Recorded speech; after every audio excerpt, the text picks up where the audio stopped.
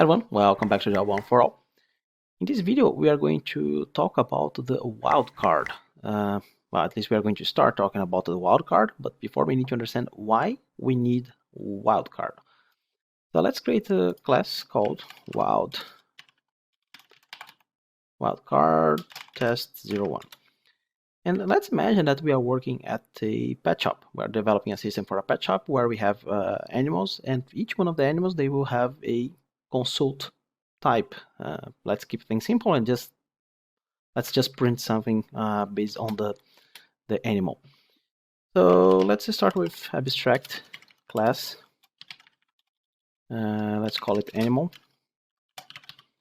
And we are going to have one method, public abstract void consult. And now let's create two classes. One will be a dog, so class dog. Dog is a animal, so extends animal. And of course we have to provide implementation for the consult, but we're just going to print consulting dogs. And we are going to have another one that are called cat, extends animal. And same thing, consulting cat. Okay, so why do we need all of this? To understand how polymorphism works when we are talking about arrays and collections. Let's imagine the first example with arrays. Because arrays, they are a little bit more secure than collections because of all the type erasure thing. Let's create a custom method that's going to just print consult.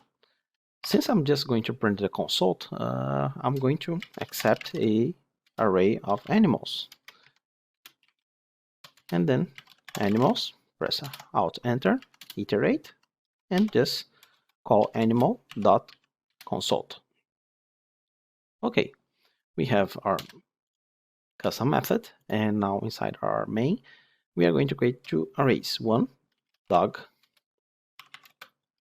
dogs, and then new dog, comma, new dog. Pretty straightforward. One array of dogs with two dogs, and I'm going to do the same with cat. An array of cats with two cats. New cat.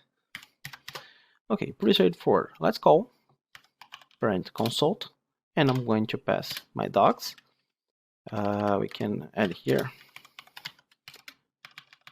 separator, and then call it again cat. So I'm calling parent consult two times, one with array of dogs and another one with array of cats. Ctrl Shift F10, and as we can see, this method is working perfectly. Technically, arrays, they are type safe. So Java knows at the moment that they are executing the code in the JVM what exactly is the type that you are passing. So it knows that we are passing here a array, and this array is of cats and dogs. Inside, for example, it has a special check to make sure that you are not adding the wrong object inside that array. Because for example, as you know, we can always have a reference from the generic type to the most specific type. So technically, if we have animal, we can have something like this, either cat or dog, because since the reference variable is more generic, it will only be possible to call methods that are available inside this animal. So in this case, I know for sure, because of the rules of polymorphism overriding objects, that the consult will be there in the cat, because cat is an animal. So this is possible, but there is something that you have to be careful, because technically we have an array of animals, and since array of animals will have animals as reference type, we could technically, for example, say, hey, at the position 1, I want to add a new cat. Technically, it should work. and it will work if you pass a cat. So for example, if I pass a cat, it will work. But the problem is if your object is like of type of dogs, then you have a problem. Why? Because the dog can never be a cat, and technically this should fail. But at the compilation time, as you can see, nothing happens. But when you are executing, the JVM knows, hey, wait a minute, I know that this array that you are passing here is a dog. So if we put a breakpoint and you press Shift F9, you can see that we have an array of dogs. But you are trying to put a cat. That's why we have this nice store exception, array store exception. So with arrays, it's pretty straightforward. It's secure because Java has some special checks for it behind the scenes.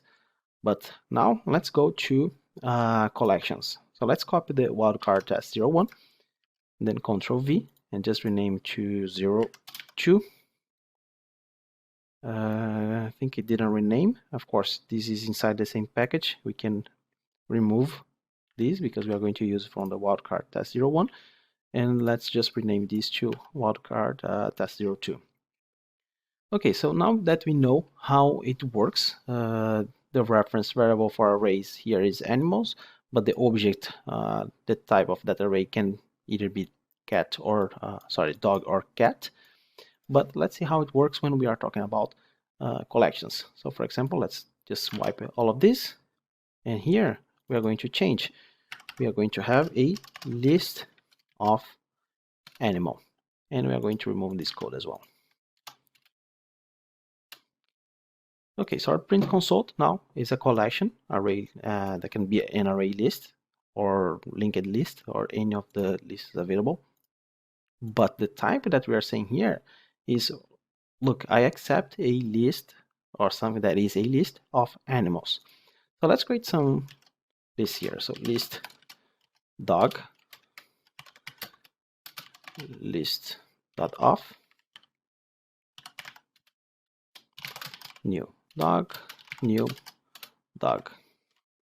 and same thing for cat, list cat, cats, list of new cat, comma, new cat. Okay, so we saw that it works with arrays, but if we try to do the same thing, print console, and say, hey, I want to send my docs, we have compilation error. So we're not even passing the compilation time. And why is that? Because of the type erasure. Once you compile this code, Java have no idea what kind of reference you are passing here. It doesn't know if you're passing a dog, a cat, or long, or double, because of the type erasure. That's why Java needs to make sure at compilation time that you are actually passing something that is exactly a list of animal. And the moment it passes, well, technically, as we saw before, we can put anything into that list. Now, the polymorphism is still possible. For example, we have a list of animals, and of course, list of animals means that you can also have objects that are more specific. So for example, I could do something like this. Let me add it before. So we have animals, and then I can put inside animals a animals.add a new dog. If I try to add animals dot, for example, 1, 2, 3, we have a compilation error. Why? Because Java knows that what we are trying to add here is an animal. So the same way that we can have animal new dog, we can pass a object to this position in this list that is a more specific type. It is a animal. So this is not possible. You can of course pass here list animals new array list. So basically just an empty array list with initial capacity 2. Control Shift F10, and of course you have it working perfectly fine. So basically, the wildcard was created to solve exactly this problem, where you want to pass another type that you as developer know for sure that you are doing the right thing. So in the next video, let's see how the wildcard works. So let's go there and have a nice day.